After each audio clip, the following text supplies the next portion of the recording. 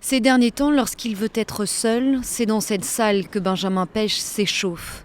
La rotonde Zambelli, du nom d'une célèbre danseuse italienne, elle est perchée sur les toits de l'Opéra Garnier. C'est un studio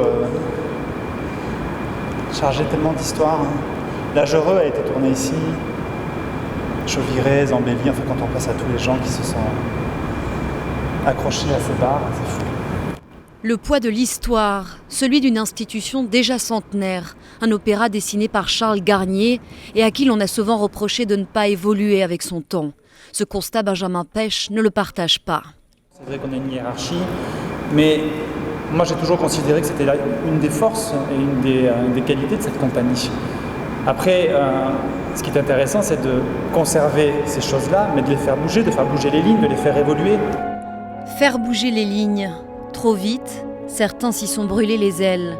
Et même s'ils considèrent qu'Aurélie Dupont, la prochaine directrice du ballet, a toutes les qualités requises, aux yeux de Benjamin Pech, le départ de Benjamin Millepied était peut-être prématuré. C'est ce qu'il nous confie un peu plus tard dans sa loge.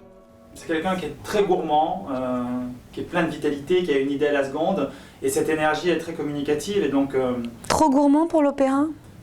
Trop impatient peut-être, trop pressé. C'est vrai que ça a beaucoup bougé depuis qu'il est arrivé, mais l'opéra, déjà c'est une institution publique, et ça ne bouge pas aussi vite que dans le privé, ça met du temps.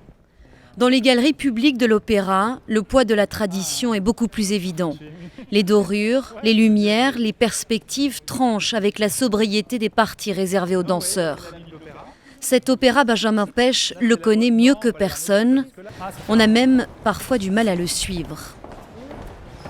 À l'amphithéâtre, que l'on appelle aussi le Paradis, il nous raconte une anecdote sur le fameux plafond Chagall. Installé en 1964, à l'époque, une telle modernité faisait trembler les murs.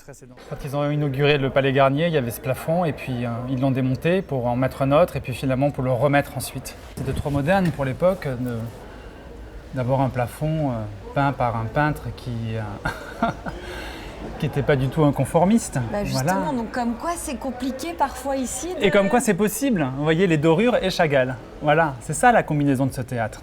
C'est le patrimoine et l'ouverture sur la création. Il faut toujours combiner avec les deux. On ne peut pas faire table rase du patrimoine pour aller que dans la création et la modernité.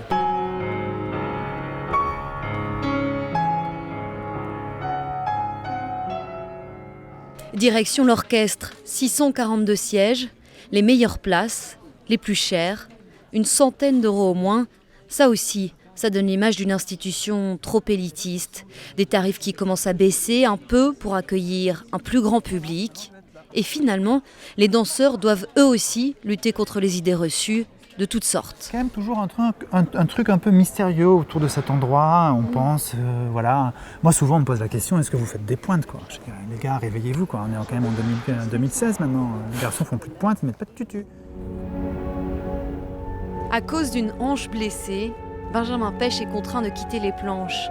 Mais il continuera à accompagner en coulisses la plus vieille compagnie du monde, tiraillée entre un profond respect de la tradition et la quête d'un second souffle.